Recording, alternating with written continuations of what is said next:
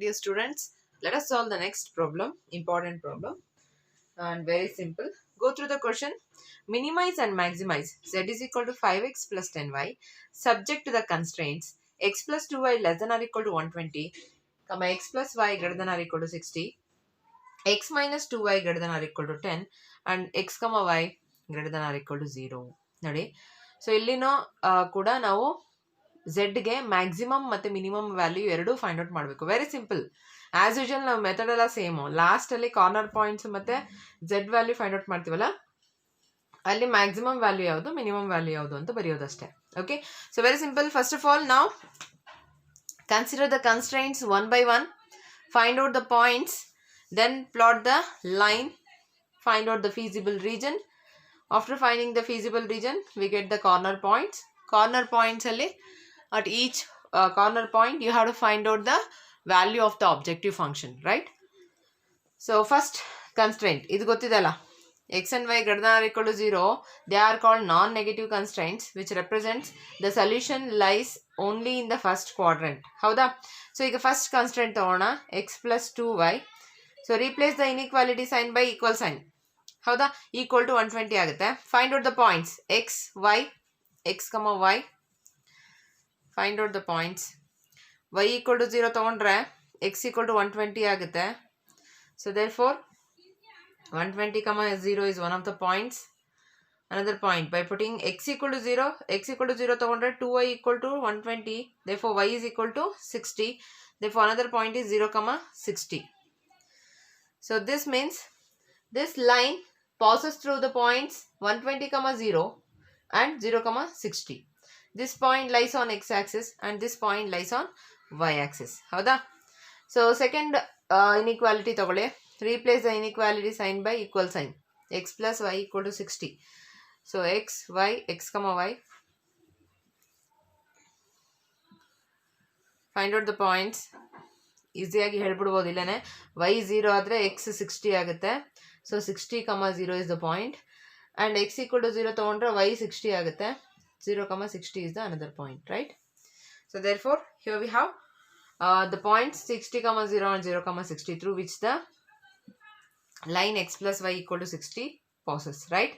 So ಇನ್ನೊಂದು inequality ಯಾವುದಿದೆ constraint, x minus 2y equal to 0. ಹೌದಾ? ಇಲ್ಲಿ x minus 2y greater than or equal to 0 ಇದೆಯಲ್ಲ. So replace the inequality sign only by equal sign. Okay, so x minus 2y equal to 0 ಆದರೆ x equal to 2y, ಸರಿನಾ? x is equal to 2y. therefore y is equal to 1/2 times of x ಅಂತ ಬರಿಬೋದು. Correct ಅಲ್ವಾ? ನೋಡಿ, ಇದು ಯಾವ formal ಇದೆ? y equal to mx formal ಇಲ್ವಾ? y is equal to mx is a straight line which passes through origin but having the slope m. ಸರಿನಾ? So ಇಲ್ಲಿ M is equal to half ಇದೆ. But ಹೇಗೆ ಪಾಯಿಂಟ್ಸ್ನ ನೀವು find out ಮಾಡ್ತೀರಾ? Plot ಮಾಡಬೇಕಾದ್ರೆ ಈ ಲೈನ್ನ ನಿಮಗೆ ಪಾಯಿಂಟ್ಸ್ ಬೇಕಲ್ವಾ? ಸೊ ಏನು ಮಾಡೋದು ಅಂದರೆ simple, put X equal to 0. X equal to 0 ತೊಗೊಂಡ್ರೆ ವೈ ಕೂಡ 0 ಆಗುತ್ತೆ. Put X is equal to 1. X equal to 1 ತೊಗೊಂಡ್ರೆ Y is equal to ಹಾಫಾ?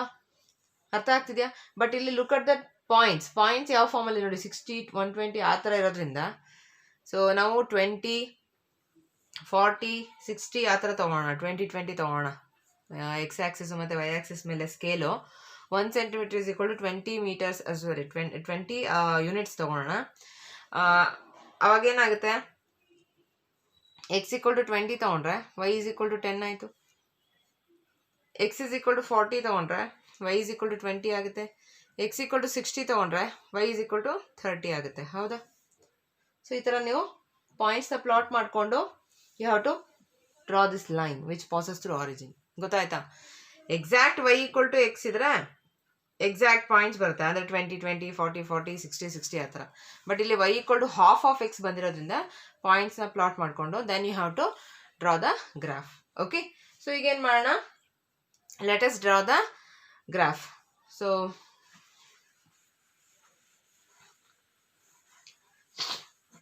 Plot the graph.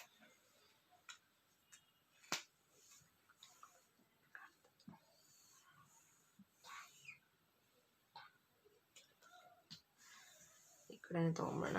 Only the solution region lies only in the first quadrant ಆಗಿರೋದ್ರಿಂದ ಬರೀ first quadrant ಬರೆದ್ರೆ enough. Okay, so x axis ಮೇಲೆ 1 unit is equal to 1 centimetre is equal to 20 ತೊಗೊಳ್ತೀನಿ ನಾನು, 20 units. ಯಾಕೆಂದರೆ 120ವರೆಗೂ ಬೇಕಾಗಿರೋದ್ರಿಂದ 20, 40, 60, 80, 100, 120, 140, 160 et cetera. So ಇಲ್ಲೂ ಕೂಡ ನೀವು ಇನ್ ಟರ್ಮ್ಸ್ ಆಫ್ 20, 30 ಆ ಥರ ತೊಗೋಬೋದು. ಬಟ್ ನೀವು ಚೇಂಜ್ ಕೂಡ ಮಾಡ್ಕೋಬೋದು ಸ್ಕೇಲು. ನಾನಿಲ್ಲಿ ಅದೇ ಥರ ತೊಗೊತೀನಿ, 20, 40, 60, 80, 100. Okay. So now look at the first line. First line passes through the points 120, 0. So this is the point 120, 0. ಹೌದಾ? ಈ ಪಾಯಿಂಟ್ 120, 0. And 0, 60. ಇದು 0, 60. Correct? This point is 0, 60. Clear? So therefore, this line passes through these 2 points. And the equation of this line is x plus 2y equal to 120. Okay. Next, second line passes through, ಅವಾಗಲೇ ನಾನು ಹೇಳಿದೆ second line ಯಾವ್ಯಾವ points ಮುಖಾಂತರ pass ಆಗುತ್ತೆ, 60, 0 and 0, 60. ಹೌದಾ? 60, 0. This is the point 60, 0. This is the point 60, 0. And again same point 0, 60 ಅಂದ್ರೆ ಇದೆ ಅಲ್ವಾ? Therefore this line passes through these 2 points. And what is the equation of the second line? X plus y equal to 60. Correct? And one more line is there which passes through origin. ಸರಿನಾ? ಅವಾಗಲೇ ಹೇಳ್ದೆ ನಾನು y is equal to half of x ಬರುತ್ತೆ, ಇದು simplify ಮಾಡಿದ್ರೆ. So x equal to 20 ಕೊಟ್ರೆ y is equal to 10 ಬರುತ್ತೆ. See this is 10, ಇದು 20, ಇದು 30, ಇದು 50 ಅದರ. ಸರಿನಾ? x 20 ಆದರೆ y 10 ಬರುತ್ತೆ, x 40 ಆದರೆ y 20 ಬರುತ್ತೆ, x 60 ಆದರೆ y 30 ಬರುತ್ತೆ, x 80 ಆದರೆ y is equal to 40 ಆಗುತ್ತೆ. ಅರ್ಥ ಆಯ್ತಾ? ಸೊ 0, 0 ಮುಖಾಂತರ ಪಾಸ್ ಆಗೋ ಲೈನ್ ಇದು.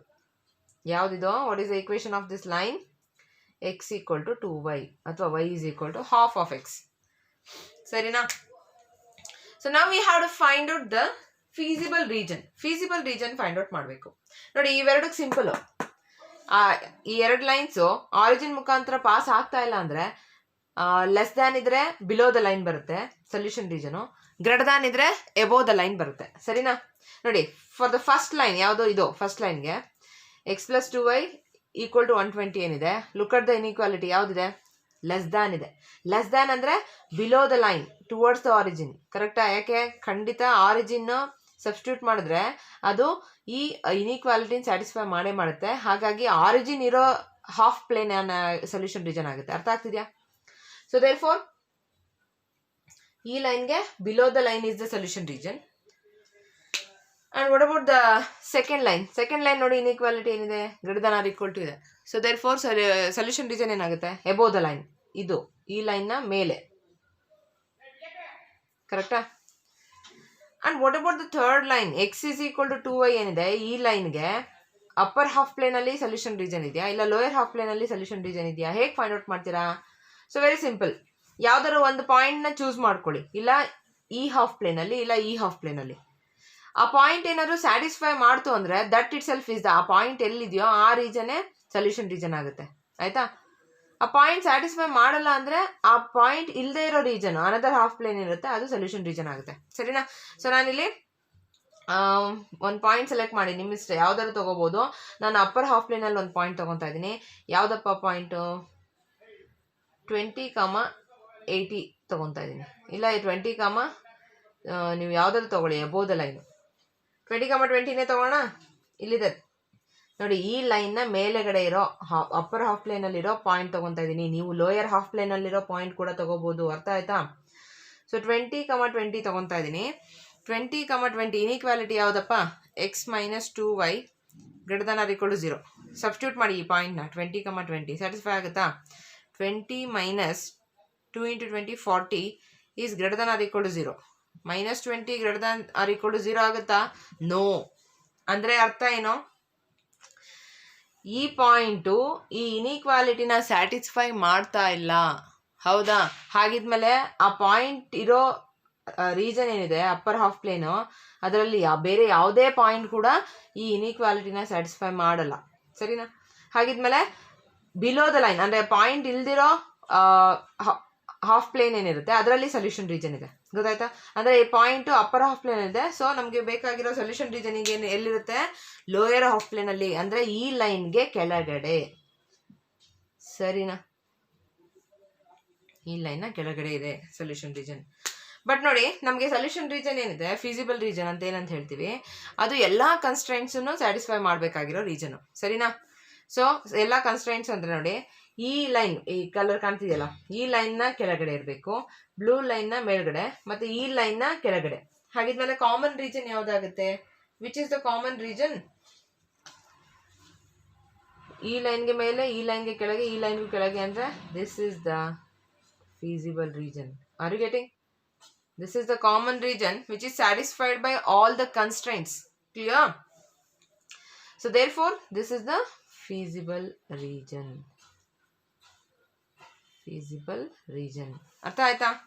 So now after finding the feasible region, what we have to find out? We have to find out the corner points. So corner points yav yav heltira? So corner point ande gottide, point of intersection of two boundary lines of the feasible region. ಈ feasible ರೀಜನ್ನ cover ಮಾಡ್ತಿರೋ ಈ boundary ಲೈನ್ಸ್ನ points of ಇಂಟರ್ಸೆಕ್ಷನ್ನೇ ನಾವು corner points ಅಂತ ಕರೆಯೋದು. So ಈಗ ಇದೊಂದು ಕಾರ್ನರ್ ಪಾಯಿಂಟ್, ಅದನ್ನ ಎ ಅಂತ ತಗೊತೀನಿ, ಯಾವುದದು 60,0. ಸೊ ಇದು ಪಾಯಿಂಟ್ ಬಿ ಅಂತ ತಗೊತೀನಿ 120,0ನ. ಸೊ ಈ ಪಾಯಿಂಟು ಮತ್ತು ಈ ಪಾಯಿಂಟ್ನ ನೀವು ಫೈಂಡ್ ಔಟ್ ಮಾಡಬೇಕು. ಅರ್ಥ ಆಯ್ತಾ? ನೋಡಿ, ನೀವು ಗ್ರಾಫ್ ಶೀಟಲ್ಲಿ ಗ್ರಾಫ್ ಪ್ಲಾಟ್ ಮಾಡಿದಾಗ ನಿಮಗೆ ಎಕ್ಸಾಕ್ಟ್ ಆ ಪಾಯಿಂಟ್ ಯಾವುದು ಅಂತ ಕರೆಕ್ಟಾಗಿ ಸಿಕ್ಕೋಗುತ್ತೆ. ಅರ್ಥ ಆಯ್ತಲ್ಲ? Okay, so very simple. ನೋಡಿ, ಇದು 40,20 ಇದೆ. ದಿಸ್ ಪಾಯಿಂಟ್ ಈಸ್ 40,20, ಸರಿನಾ? ನೋಡಿ, 40,20, ಸರಿನಾ? ಅದೇ ಥರ ಈ ಪಾಯಿಂಟು 60,30 ಬರುತ್ತೆ, 60,30. Okay, 60,30. Otherwise, how to find out the points of intersection we know. ಈ ಪಾಯಿಂಟು ಯಾವ ಲೈನ್ನ ಪಾಯಿಂಟ್ ಆಫ್ ಇಂಟರ್ಸೆಕ್ಷನ್ ಆಗಿರುತ್ತೋ ಆ ಈಕ್ವೇಷನ್ ಆಫ್ ಲೈನ್ಸ್ನ ಸಾಲ್ವ್ ಮಾಡಿದ್ರೆ you will get the values of x and y. ಗೊತ್ತಾಗ್ತಿದೆಯಾ? So very simple. ಸೊ ಡೈರೆಕ್ಟಾಗಿ ನೀವು ಗ್ರಾಫಲ್ಲಿ ನೋಡಿಕೊಂಡು ಪಾಯಿಂಟ್ಸ್ನ ಬರ್ಕೋಬೋದು. ಕಾರ್ನರ್ ಪಾಯಿಂಟ್ಸು ಗೊತ್ತಾಗುತ್ತೆ ನಿಮಗೆ. ಇಲ್ಲ ಗೊತ್ತಾಗ್ತಿಲ್ಲ ನಮಗೆ ಅಂತಂದರೆ, ಕರೆಕ್ಟಾಗಿ ನೀವು ಪ್ಲಾಟ್ ಮಾಡಿಲ್ಲ ಗ್ರಾಫು ಅಂದರೆ ಏನು ಮಾಡಿ ಅಂದರೆ, ನೋಡಿ, ಇದು ಸಿ ಅಂತ ತೊಗೋಣ, ಈ ಪಾಯಿಂಟ್ನ ಡಿ ಅಂತ ತೊಗೊತೀನಿ, ಈ ಪಾಯಿಂಟ್ನ. So to find C, point ಸಿನ ಫೈಂಡ್ ಔಟ್ ಮಾಡಲಿಕ್ಕೆ ಇದನ್ನು point C is the point of intersection of the line x equal to 2y and ಯಾವುದೋ ಇದು X plus 2y equal to 120. ಹೌದಾ? ಈ ಎರಡು ಈಕ್ವೇಷನ್ನ ಸಾಲ್ವ್ ಮಾಡಿಬಿಡಿ, you will get the required values of x and y. Okay, ನಾನೇನು ಮಾಡ್ತೀನಿ, X equal to 2y ಇದೆಯಲ್ಲ, ಈ 2yನ ಈ ಕಡೆ ತೊಗೊಂಡ್ರೆ X minus 2y equal to 0 ಆಯಿತಾ? ಈಗ ಇವೆರಡನ್ನು ಆ್ಯಡ್ ಮಾಡಿ. ಸೊ ಒಂದು X minus 2y equal to 0, ಇನ್ನೊಂದು X plus 2y equal to 120 ಇದೆ. ಆ್ಯಡ್ ಮಾಡ್ತಿದ್ದೀನಿ, ಯಾಕೆ ಗೊತ್ತಾ ಆ್ಯಡ್ ಮಾಡ್ತಿರೋದು? y ಕ್ಯಾನ್ಸಲ್ ಆಗುತ್ತೆ ನೋಡಿ, y term plus 2y minus 2y cancel ಆಗಿ 2x, x plus x 2x ಆಯಿತು. 120 plus 0 is 120. Therefore x is equal to 60 ಬಂತಲ್ಲ.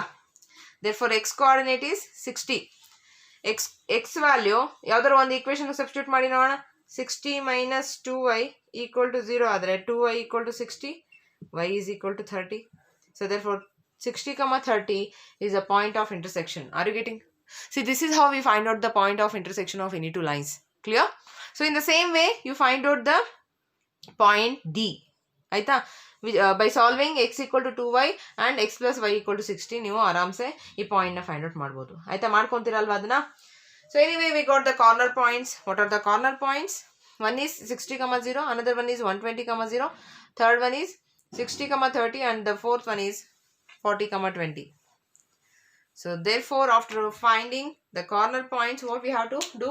We have to write down the corner points. Okay, so corner points are, first one is A 60,0, second one is B 120,0, third one is C 60,30, Fourth one is D, 40, 20. Okay. So these are the obtained corner points. Now you consider the objective function and find out the values of objective function at each corner point. So z is equal to 5x plus 10y is the objective function, right?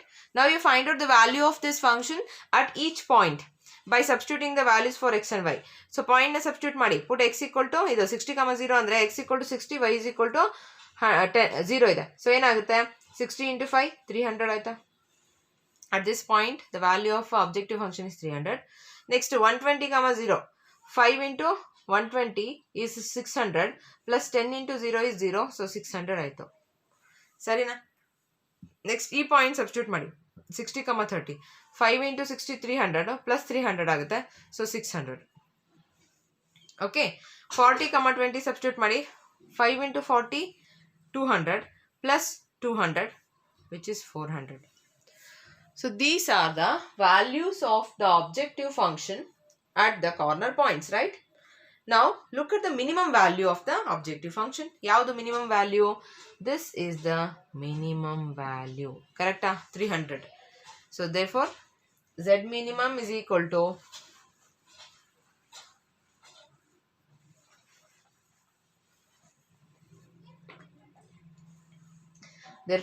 z minimum is equal to minimum value is 300. But at which point? At 60, 0. Okay. But maximum value ಏನು? Maximum value is 600. ಹೌದಾ? But ಎರಡು points ಅಲ್ಲಿ same maximum value ಬರ್ತಾ ಇದೆ ಅಂದ್ರೆ ಅರ್ಥ ಏನು? If we are getting the same maximum or minimum value of the objective function, then that implies z has the same optimal value at all the points on the line joining these two points. ಅಂದ್ರೆ ಈ B C line ಏನಿರುತ್ತೆ line joining these two points ಅರ್ಥ ಆಗ್ತಿದ್ಯಾ? ಇವೆರಡು points ಅಲ್ಲಿ objective ಫಂಕ್ಷನ್ಗೆ same value ಸಿಗ್ತಾ ಇದೆ. ಇದರ ಮ್ಯಾಕ್ಸಿಮಮ್ ಆಗಿರ್ಬೋದು ಅಥವಾ ಮಿನಿಮಮ್ ಆಗಿರ್ಬೋದು. ಅದ್ರ ಅರ್ಥ ಏನು? ಆ ಲೈನ್ ಜಾಯ್ನಿಂಗ್ ಮೇಲಿರೋ ಎಲ್ಲಾ ಪಾಯಿಂಟ್ಸ್ ಅಲ್ಲೂ ಝೆಡ್ಗೆ ಸೇಮ್ ಮ್ಯಾಕ್ಸಿಮಮ್ ಅಥವಾ ಮಿನಿಮಮ್ ವ್ಯಾಲ್ಯೂ ಇರುತ್ತೆ ಅಂತ. ಅಂದ್ರೆ ಎಷ್ಟು ಪಾಯಿಂಟ್ಸ್ ಅಲ್ಲಿ ಇರುತ್ತೆ? Infinitely many points. ಯಾಕೆ ಒಂದು ಲೈನ್ ಮೇಲೆ ಎಷ್ಟು ಪಾಯಿಂಟ್ಸ್ ಇರುತ್ತೆ ಅಂತ ಹೇಳಕ್ಕಾಗುತ್ತಾ? ಇನ್ಫೈನೆಟ್ಲಿ ಮೆನಿ ಪಾಯಿಂಟ್ಸ್ ಇರುತ್ತೆ. ಅರ್ಥ ಆಗ್ತಿದ್ಯಾ? Therefore very important. ಬೇಕಾದ್ರೆ ನೋಟ್ ಬರ್ಸ್ಬಿಡ್ತೀನಿ ಲಾಸ್ಟಲ್ಲಿ ನಾನು. Z maximum is 600 at all the points on the line joining the points ಯಾವ್ಯಾವುದು? B 120, 0 and C 60, 30. ಅರ್ಥ ಆಯ್ತಾ? Therefore the maximum value of the objective function is 600 at all the points on the line joining the points B 120, 0 and C 60, 30. Artha aita? Okay, please note down this important point. If two corner points produce the same maximum or minimum value of the objective function, then every point on the line segment joining these points will also give the same maximum or minimum value. ಇದರ ಅರ್ಥ ಗೊತ್ತಾಯ್ತಾ? ನೋಡಿ, ಈಗ B ಮತ್ತೆ C ಎರಡು points ಇರುತ್ತೆ feasible region ಅಲ್ಲಿ. ಆ ಬಿ ಸಿ ಅಲ್ಲಿ ಝೆಡ್ಗೆ ಸಪೋಸ್ ಸೇಮ್ ಮ್ಯಾಕ್ಸಿಮಮ್ ವ್ಯಾಲ್ಯೂ ಸಿಗ್ಬೋದು ಅಥವಾ ಸೇಮ್ ಮಿನಿಮಮ್ ವ್ಯಾಲ್ಯೂ ಸಿಗ್ಬೋದು. ಆಯ್ತಾ? ಸಪೋಸ್ ಸೇಮ್ ಮ್ಯಾಕ್ಸಿಮಮ್ ವ್ಯಾಲ್ಯೂ ಸಿಕ್ತು ಈ ಎರಡು ಪಾಯಿಂಟ್ಸ್ ಅಲ್ಲಿ ಬಿ ಅಂಡ್ ಸಿ ಅಲ್ಲಿ ಅಂದ್ರೆ ಅರ್ಥ ಈ ಲೈನ್ ಜಾಯ್ನಿಂಗ್ ಬಿ ಸಿ ಏನಿದೆ ಆ ಎಲ್ಲಾ ಪಾಯಿಂಟ್ಸ್ ಅಲ್ಲೂ ಝೆಡ್ಗೆ ಸೇಮ್ ಮ್ಯಾಕ್ಸಿಮಮ್ ವ್ಯಾಲ್ಯೂ ಸಿಗುತ್ತೆ ಅಂತ. ಅರ್ಥ ಆಗ್ತಿದ್ಯಾ? ಅದೇ ತರ ಝೆಡ್ಗೆ ಸೇಮ್ ಮಿನಿಮಮ್ ವ್ಯಾಲ್ಯೂ ಸಿಗ್ತಾ ಇವೆರಡು ಪಾಯಿಂಟ್ಸ್ ಅಲ್ಲಿ, then z has the same minimum value at all the points on the line joining these two points. You should remember this. Question ಕೇಳ್ಬೇಕಾದ್ರೆ ಕೇಳ್ತಾರೆ prove that z has the same maximum value at infinitely many points ಅಂತ ಹೇಳ್ತಾರೆ. Infinitely many points ಅಂದ್ರೆ line segment joining two points. ಹೌದಾ? ಯಾಕೆ line ಮೇಲೆ ಎಷ್ಟು ಒಂದು line segment ಮೇಲೆ ಎಷ್ಟು ಪಾಯಿಂಟ್ಸ್ ಇರುತ್ತೆ? Infinitely many. Are you getting? So ಹಾಗಾಗಿ ಇಂಪಾರ್ಟೆಂಟ್ ಪಾಯಿಂಟ್ ಇದನ್ನ ನೋಟ್ ಮಾಡ್ಕೊಳ್ಳಿ. ತುಂಬಾ ಸಿಂಪಲ್ ಆಗಿದೆ. Okay, so I hope you have understood this. Thank you all of you.